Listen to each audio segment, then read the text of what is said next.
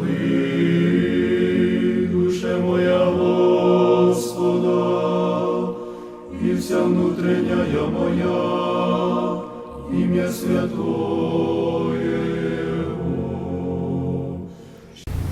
And I want to say the primary reason I wanted to be here was to pay respect to more than 20 years of work of Orientale Lumen and to what you've been doing, Jack. I'm humbled to speak before you at the end of a day where I think you had very well prepared academic talks, and that's not what I can pro-offer at this time. But if you will, I would like to share a few thoughts on the geography of a bishop and the relationships of a bishop. Since life is now encouraging me to rethink them.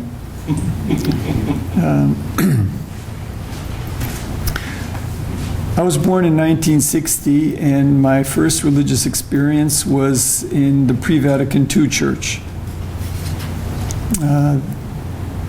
It was Greek Catholic, but we had all of the structure and rules and regulations of the broader Catholic community. And these were quite strict, and you kept to the rules. Everybody walked along a line. I remember it was very controversial when, for my first Holy Communion, my mother wanted me to have a different prayer book than everybody else had, because everybody had to have the same prayer book. My mother prevailed. And if you look at the picture, you'll see that I have this big, thick prayer book, my divine friend in Ukrainian. That was a time when not only, there was one bishop for one city, at least in the Catholic communion, but if you were on one street, you were in one parish. Your zip code determined your parochial allegiance. You couldn't go to another parish. Much has changed. And this is not an evaluative judgment. It's a descriptive one. We live in a time that celebrates and suffers from fluidity. We sometimes think, those of us that remember earlier decades, we think that it maybe is without much precedent, that everything is changing and nothing like this has been seen before. But that actually is not the case, not in the history of the Church. The Nicene Council, its 8th canon, heralds a development that lasted for centuries, with much fruitful structuring and fostering of ordered encounter with Christ in concrete geographical communities, whether they were eparchial, diocesan, or parochial. But if we read the scriptures, the Acts, the letters, we see that the first bishops were on the move.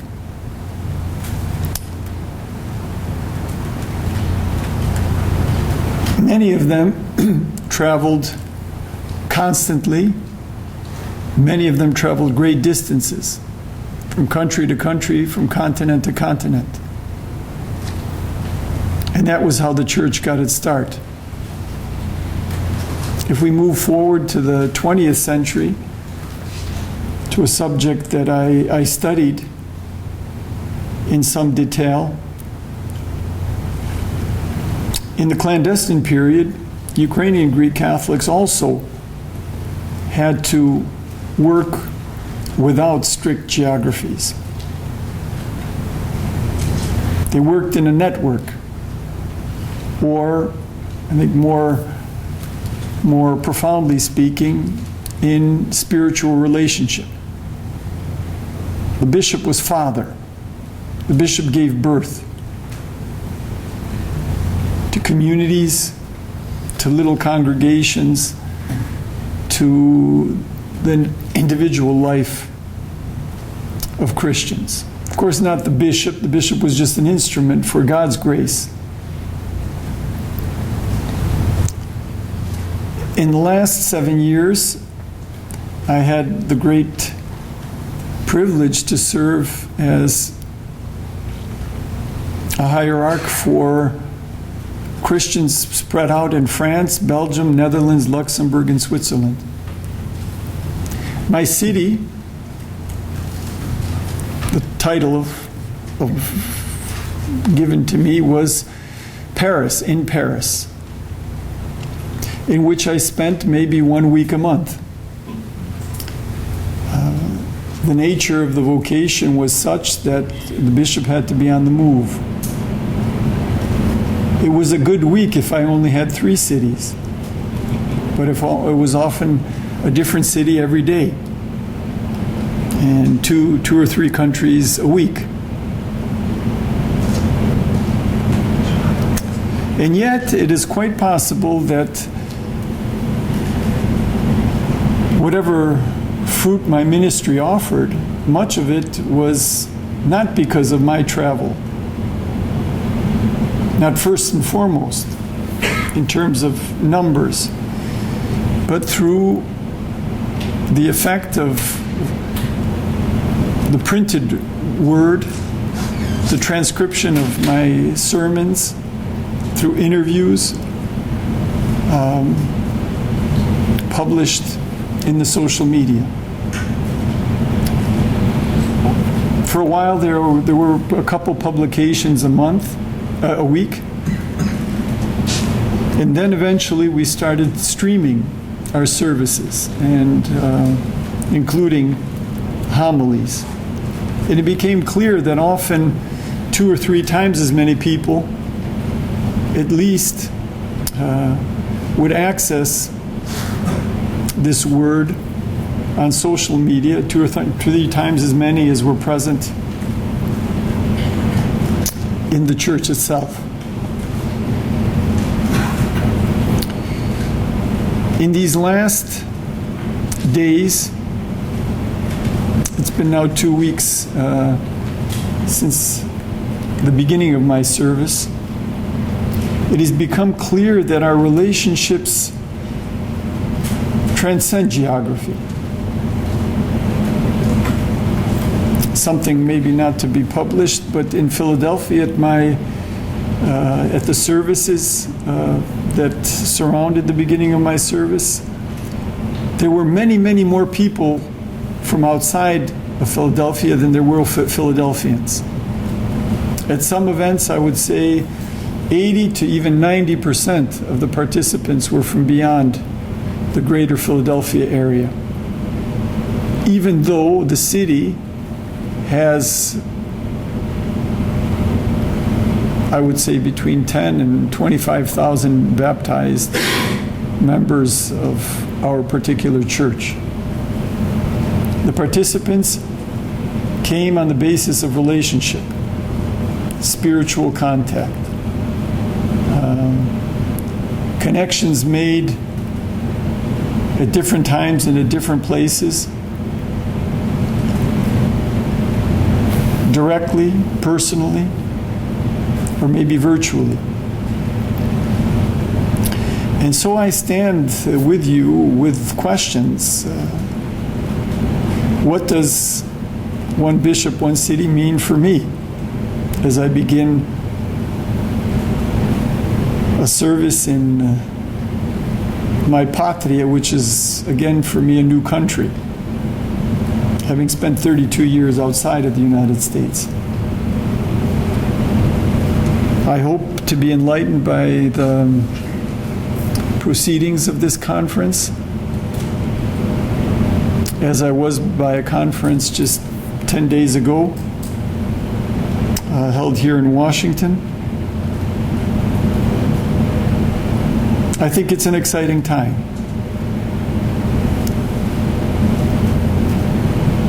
In one sense, it's more difficult. In another, there's a great ease. The beginning of my service was embraced in a week called Heart to Heart. And in the end, I think that is an essential parameter of the service of a bishop today. Today, we all are the same in our need for sincere, open, and profound relationship. First of all, with our Lord, and because of that, with all of our brothers and sisters. Be they next door, be they far away.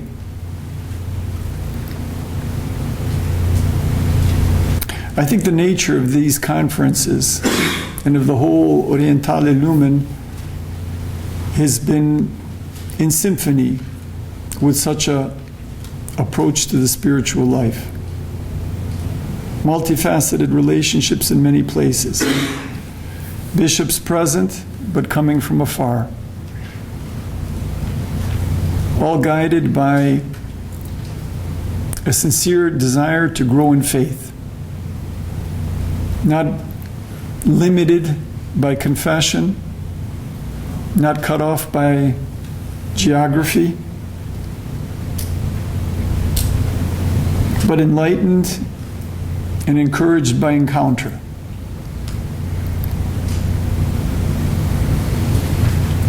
Today, I think it's very important for us bishops to listen and learn from our clergy,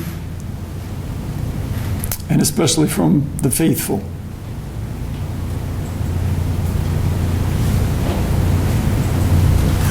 You will help us answer these questions and meet these challenges that occur. What episcopal ministry means at a time of fluid geographical categories is a very important question. I thank you for posing it, and I will look forward to your answers. God bless you all.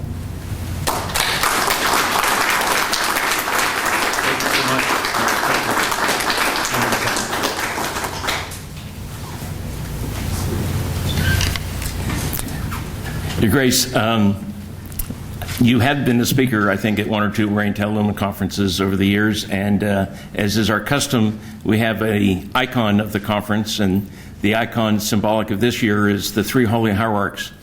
And so I think it's particularly fitting that we had a spare, even at your last minute agreement to come and speak to us. And this is what each of the speakers here at the conference is getting. So it's of the three holy hierarchs that I'd like to give you as you embark on your new ministry here in America. Thank you.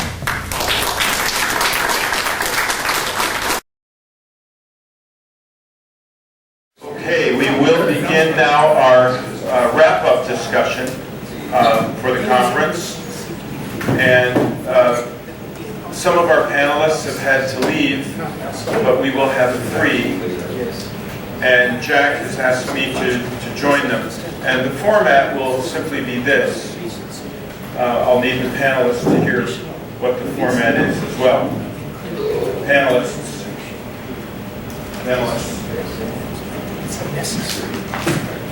So what the format will be is that each panelist will have 5 minutes, and I will subtly signal if a panelist has exceeded it. Each will have 5 minutes, may not need all of it, but may use all of it, to offer some reflection on the overall course of our conference and the papers that have been given, what particular theme or themes or ideas stand out as worthy of note and further reflection. And so we will just go around, and as I say, Jack has asked me to join in this reflection, so I will take a seat at the table, and we can just begin, and after that, we'll be able to open it up to the floor for further comments, questions, and wrap this up at least by 5 of 12. So with 4 of us at the table, that really means sticking to 5 minutes or less each. So if whoever would like to begin may do so. Jack said I could speak at the beginning or the end. I will speak at the end so as not to steal the thunder of anyone in my own comments, and then can just supply whatever bits I might at the very end. Thanks.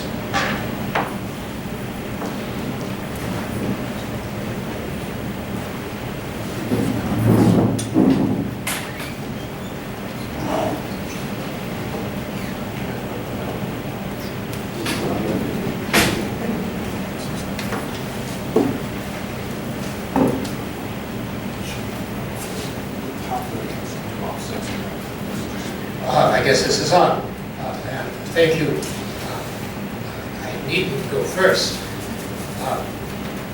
There are a couple of things that I would like to mention. First of all, as Jack was pointing out, Metropolitan Callistus' presentation ended with the Ravenna document. Since then, there has been an additional one, Katie, in 2016. This seems to be a turning point for the international dialogue between Catholics and Orthodox. So much of the input for the theological dialogue on the Orthodox side had been provided directly or earlier indirectly by Metropolitan John Zizioulas. He is no longer the chair from the Orthodox side. He had particular approaches to questions, but in many ways it was his vision and his experience in ecumenical dialogue that held things together. Ravenna was in many ways the culmination, should have come out something on that subject 10 years earlier at the very least. It was resuming the dialogue according to its original blueprint as laid down in Munich. The Ravenna document itself is not altogether successful, but it has its pluses, as pointed out by Metropolitan Callistus. Katie is much shorter and much less successful, and there's a question of in what direction will the international dialogue go. Ravenna was 18 pages long. Katie, 5 pages. There is something of a difference here, and Father Sant will be able to say more on this subject, I suppose. What strikes me is that both Ravenna and Katie appeal to history, or claim to appeal to history, but they really are not very good at presenting history. There's a great deal, not just of mythology, but a number of things overlooked. For example, there's a statement, I believe in Ravenna, to the effect that popes were not present at councils, but they authorized, I don't remember exactly the wording, I don't have time to look it up. This certainly is true, but it is a little coy. For example, the Bishop of Rome was in Constantinople at the time of the Fifth Ecumenical Council. He was refusing to go.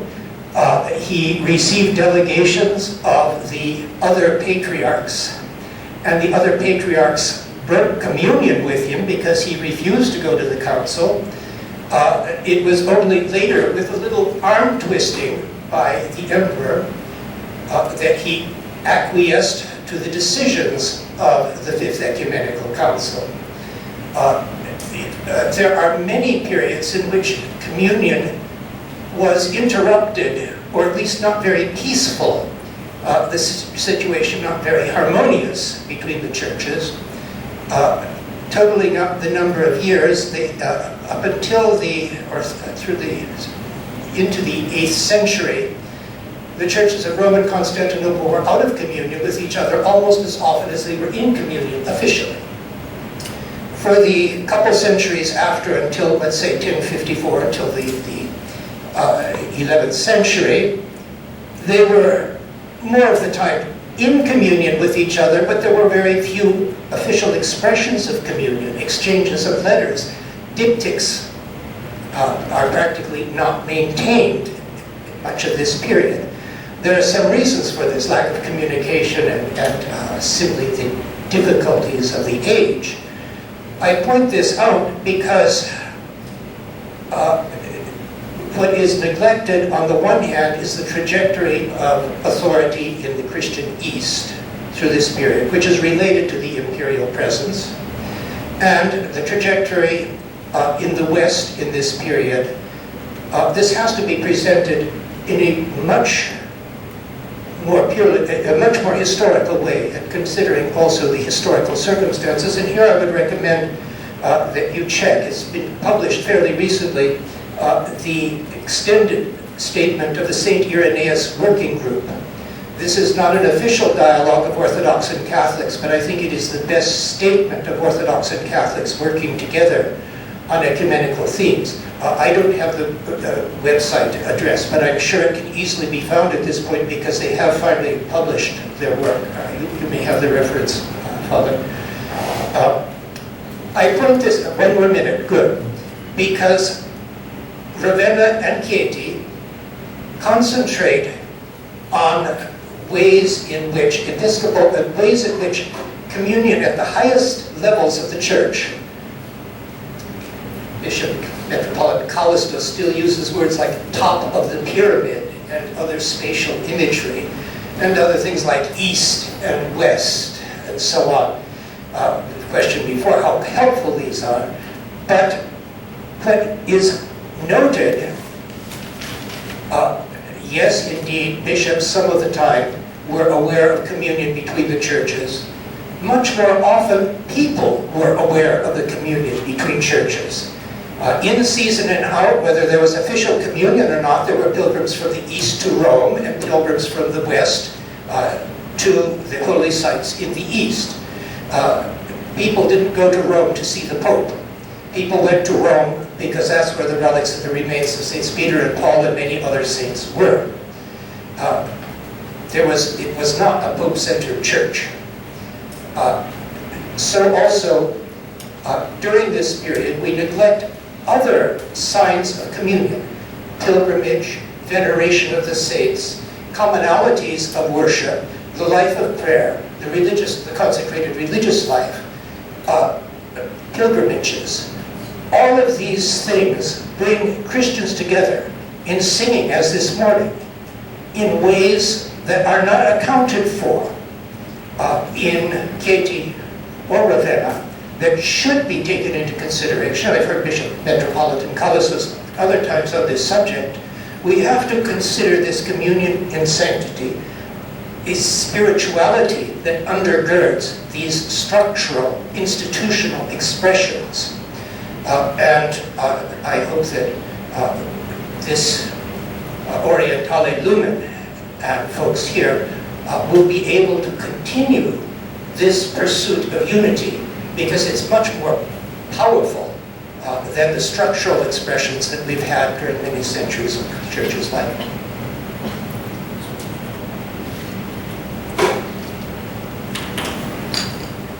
Yes, continuing on this topic, on the dialogue, I would say that after the Ravenna document, there was a debate on the methodology. There was an historical approach, because it was decided to look at the first millennium. So the draft for the plenary of 2010 was a purely historical text, but it was not. The methodology was not unanimously received, and it was decided to have a more speculative, or it was decided, it was proposed at least by Metropolitan John Zizioulas, to have a more speculative, systematic approach, and he proposed a new draft based on a Trinitarian approach of ecclesiology. But this, again, draft was not received, and it was finally decided at the next plenary after Vienna in 2010. The next plenary was in Amman in 2014, and in this it was my first participation in the plenary, and it was then decided to have a combined approach, not purely historical and not purely systematical, but a theological reading of history, because the history is also a locus theologicus. It is also God speaks through history also, and a short draft was proposed on the first millennium, a theological reading of the history of the first millennium. So it was not purely historical, not purely systematical, but a theological reading of the history of the relations between primacy and synodality in the first millennium. How can we find inspiration for today's church in the first millennium?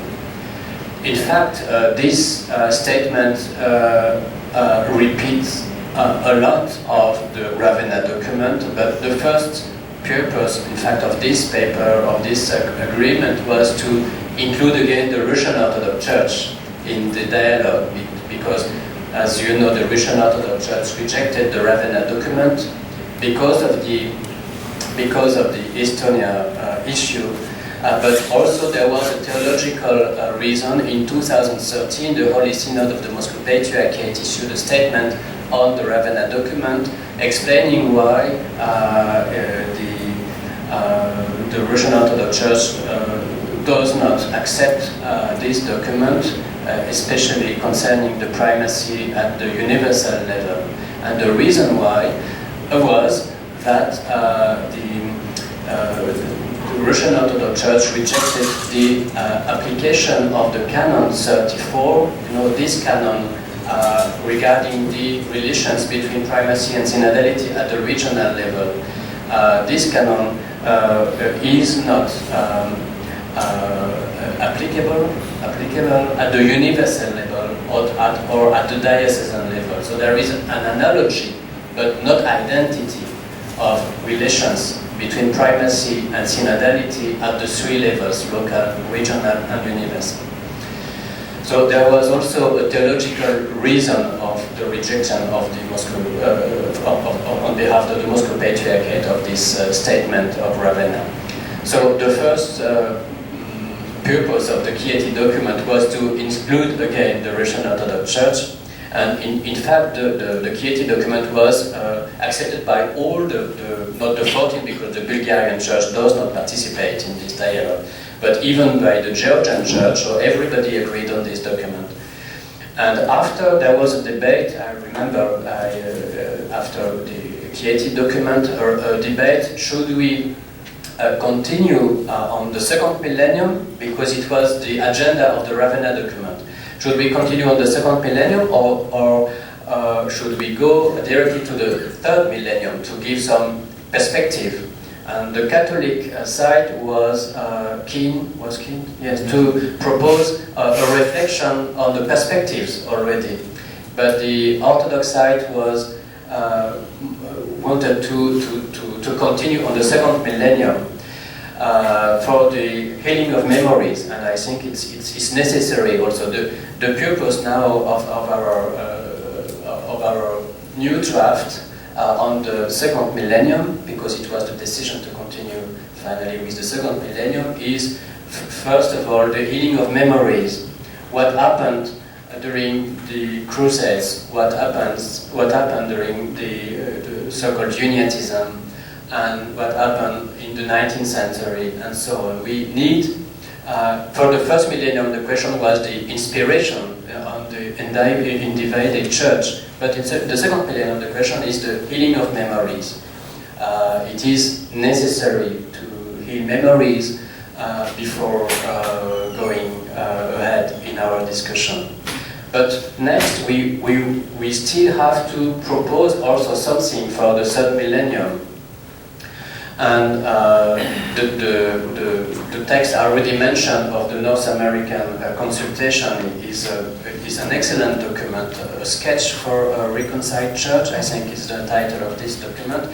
It is the only document proposing a vision for the reconciled church in the third millennium. It is somehow a response to the question of Pope John Paul II in Ut Sin number 95. We should reflect together on how the exercise of the primacy of the Bishop of Rome could be accepted by all. And probably we should soon reflect also not only on the second millennium, but also on the third millennium, to give confidence to it is also our duty, I think, of the Catholic Church to propose something. What we propose is not only to become an Oriental Catholic Church to the Orthodox, but just to restore communion with perhaps only two aspects from the primacy of the Bishop of Rome: the question of appeal, yes, and the question of a specific role a specific role in the ecumenical councils, perhaps. There was a discussion in Chieti about the terminology, the synergia, the agreement or not. Is the agreement of the Bishop of Rome necessary or not? Probably not, if we look at the first millennium, but it is something to be discussed. As I'm passing this over, I just wanted to call to your attention these two volumes that Jack was mentioning before, and they're available in your friendly local sales hall of Orientale Lumen publications. The Journey Toward Unity, Volume 2, The International Dialogues, The Journey Toward Unity, Volume 1, North American Consultations. After two such profound commentaries, let me be more simple and go in to our conference in general. I was really enjoying participation in this conference, and we had here so beautiful both theological and practical papers, presentations about how, on which level this issue that we were discussing should be grounded, and to which practical reasons it can be implemented. And thank you to Father Jakinth for connecting an official dialogue with this non-official dialogue. I came from Eastern Europe, and I would like to share with you my attitude that for us, for Eastern people, such informal dialogue are very important, because for our Slavic churches, especially for regular people, it hardly ever matters what hierarchs do on the official meetings. Regular people are living according not to official statements, but mostly according to what is preaching in the churches, and what stories can they read in the book that they can take from the church shop, for example, or what books or magazines are spreading among the people. And there are some stories in the kind of Жития святых, Living of Saints. After the first millennium, we have the second millennium with some painful issues in the relations between Orthodox and Catholics, and in Ukraine especially with the Orthodox and Greek Catholics. And we should be concerned, we in churches should be concerned what we preach to our people, and what literature is in our bookstores or our churches, and what information we put on websites and newspapers and so on. And such informal dialogue are very important because we can share our thoughts and can learn from each other what is going on in our churches. So I'm thankful to all the participants for a very profound canonical explanation by Father John, and some official part by Father Yakinth, some historical part from Father Daniel, and now absent Eucharistic ecclesiology grounding that was brought to us by Anastasia Wooten, and some practical dimensions very also interesting, maybe not so practical for us Orthodox, but also we can learn how can we put theology into practice from Adam DeVille presentation. So thank you very much each of you, and I might just want to add some brief commentary to my presentation. My presentation was taken yesterday, and it was mentioned that things are changing very quickly, and just this morning before the breakfast I read some news what is happening now in Kiev, and former Patriarch Emeritus Filaret held his own so-called Council of Kievan Patriarchate and proclaimed that he rejected Thomas of Autocephaly and restored Kievan Patriarchate, but only one ruling bishop joined him. It's a bishop from Russia, from Diocese of Kievan Patriarchate in Russia, and one vicar bishop. So only 3 bishops and only few priests were attending, and the official metropolis of our Orthodox Church of Ukraine also already issued statement that it is against the canonical tradition of the Church, and it's against the official statute of former Kievan Patriarchate to gather such a council, because it's only synod, not Patriarch himself, has a right to gather this council, so it should be rejected by the Church. And we will see how things will go on. So I'm asking your prayers, and I'm very thankful to Mr. Jack Figel inviting me here, and thank you for all of you for your questions in this conference, and for letting me to explain you how things are doing in Ukraine. So thank you very much, and hope for future cooperation and friendship. Thank you, Father Andrei. And Deacon Daniel, if you would also take a moment, we're giving up to 5 minutes for each panelist to offer overall reflections on the conference and what stands out as important. Yes, thank you. Sorry that I was occupied with a matter at the church next door, and only could attend now. From what I was able to hear now, I can't add much. Father Andrei's summary of all the papers is a wonderful summary.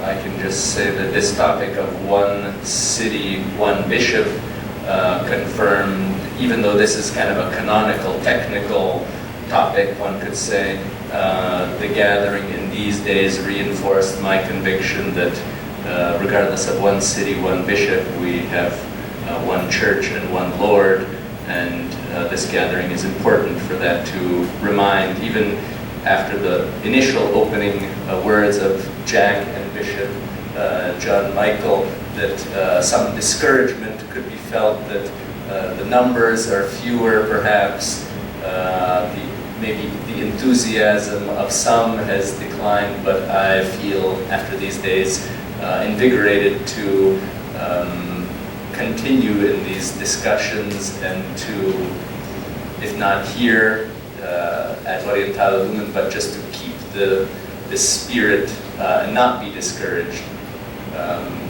So I thank you, Jack, especially for organizing this, and for all those who help you, Bishop John Michael and the other clergy that are here for supporting Orientale Lumen, and thank you to all the speakers for a real few days of serious reflection that you gave this opportunity to me, and to meet and and discuss theology in a very kind of down-to-earth and basic way. So, thank you. Thank you, all the panelists, and I'll just add a couple of words as we wrap up. It's really been a great pleasure and tremendously enriching to have the perspectives, as we always do at Orientale Lumen, from Eastern Catholic, Roman Catholic, Orthodox participants on such important topics.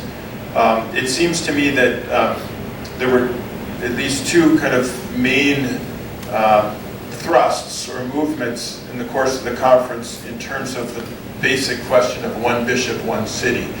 There was a fair amount of very healthy and important deconstruction of this canonical principle, and really real questioning of the extent to which in our world today this principle coming from Canon 8 of the Council of Nicaea can be applied in a world of tremendous flux, migration, movement of populations, mass communication, social media.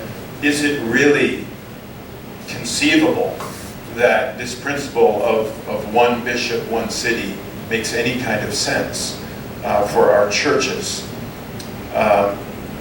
And then it seems to me there was also another thrust, which was to say, well, wait a minute, there is something to this. Father John Erickson spoke of the canon behind the canon, and a real reflection, it seems to me, took place on what that canon behind the canon is, having to do with unity, especially in terms of what can we do to mitigate against isolation, parallel lives of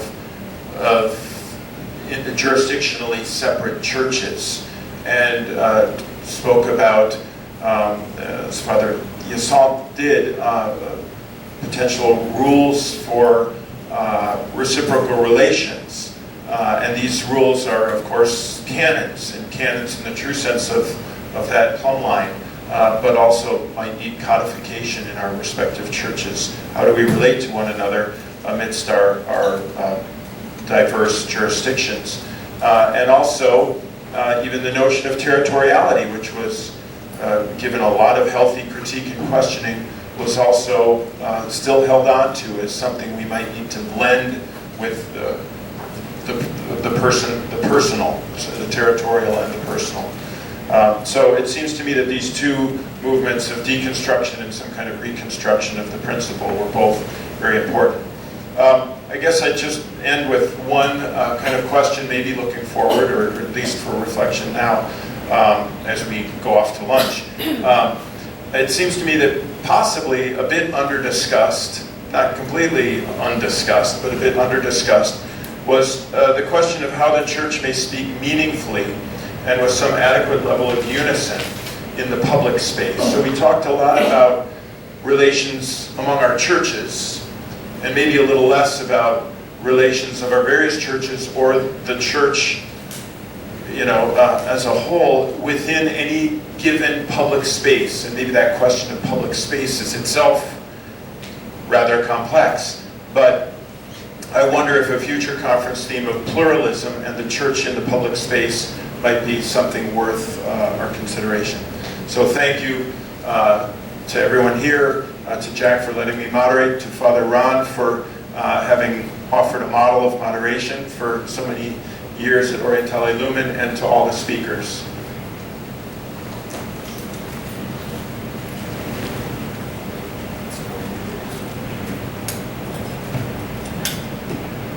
Well, first of all, thank you so very much to all of our speakers for taking time from their busy schedules, especially those who have traveled here from overseas. I think it's perhaps the first time we've had 3 speakers at the same conference from Europe, and so we're so very thankful for your efforts to get here and to return to your desks in the next few days, and to Will for your moderating and taking over in my absence and in general. So thank you all very much to everybody.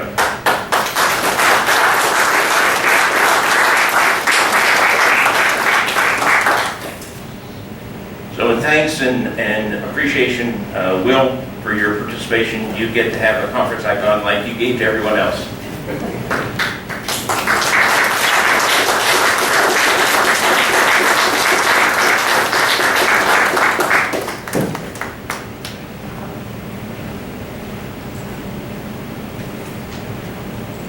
And as far as thank yous goes, of course, I have to thank our Catholic co-patron who has been with us all this week, been here for many, many years, even from the first, and likewise like to present him with the conference icon as a memento to add to your collection, Bishop, of conference icons. And again, thank you for your support, your advice and counsel as we plan, and just your presence here this week. Thank you so very much.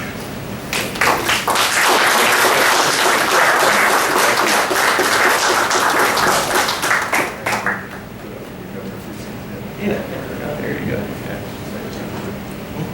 Yep.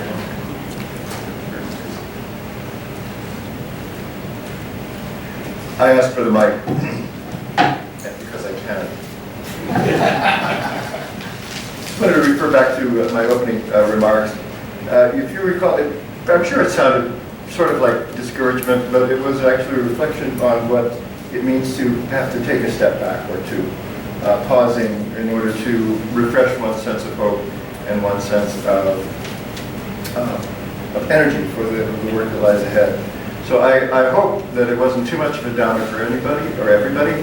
I'm very grateful for the enthusiasm that the speakers have shown and that you have shown for the continuation of Orientale Lumen. But what I want to say is it is entirely not entirely, God has a part in all of this, and the Holy Spirit. Certainly the Mother of God has a part in her protection. But the rest of it is up to you. And I would just encourage you to go back to whatever you call home in the church, and encourage support for the Orientale Lumen Foundation in particular, and for the materials that Jack has available for the education of all of us. I mean, just the incredible collection of not only the Orientale Lumen conferences over 23 years that we have available, that Jack has available, but in particular lectures by Metropolitan College and so forth, are an incredible treasure for the church that Jack, at a lot of personal sacrifice, has amassed for us. So go back and encourage support for the Orientale Lumen Foundation as well. Tell people about it who don't know about it. Encourage whoever has a few extra nickels to throw in the coffer to do that, especially from an institutional basis where we have almost no support. And so just don't let the experience of this week stop at lunch in terms of your ongoing concern and support for the Orientale Lumen Foundation and for Jack in particular. So Jack never, I don't know if you keep an icon for yourself of all the icons that you do. Okay. But we'll give you that icon that you've got for yourself. Okay. But we want to thank you, all of us, for all that you do, all that you have done for 23 years, and we look forward to whatever God and His providence has in the future. Thank you.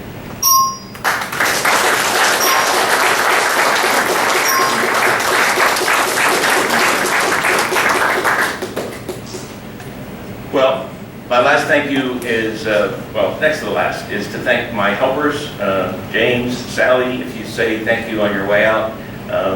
And if you are interested in purchasing anything more or doing more business, please do it before you go to lunch so that she and I and James can start packing things up and get out of here and get out of DC before the traffic gets too heavy and go home.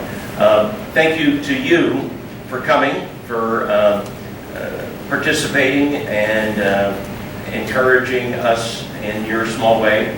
I'm hopeful for the future. You can do so more formally with the evaluation forms. If you've not got one, there's a few on the desk. If you have, please fill them out and leave them either on the table, give them to me or Sally. I do read them. In fact, one of the first things Bishop and I do when we get back to my house tonight is to sit and read your comments so that we can start using them for planning the future. The meeting the other day voted to have another conference, but we will see what the Holy Spirit has in mind.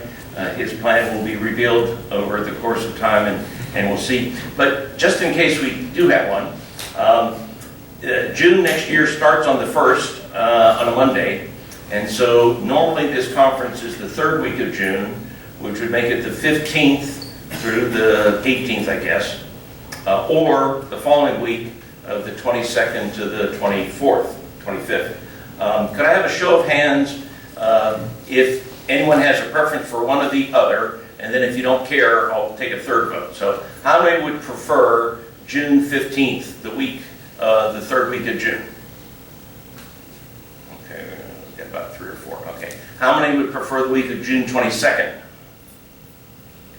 Okay, 1. How many don't care? Okay, so we can pick whatever we want. All right, that really doesn't help. But thank you anyway, very much. Thank you to the sisters for their hospitality and all the others who helped in plan and execute this. To Marlene and Nick for cantering. I hope you found value in the prayer services and the balance of our agenda, and tell us on the forum what you thought. The prayer books that you got are, of course, yours to take home, so please don't feel like you have to turn them in. Same with the name badges. I end up buying new ones every year, so no sense them laying in my house. You just go ahead and take them home. I don't think I have any other comments other than to ask Bishop John Michael to give us a final blessing for lunch and for our journey home.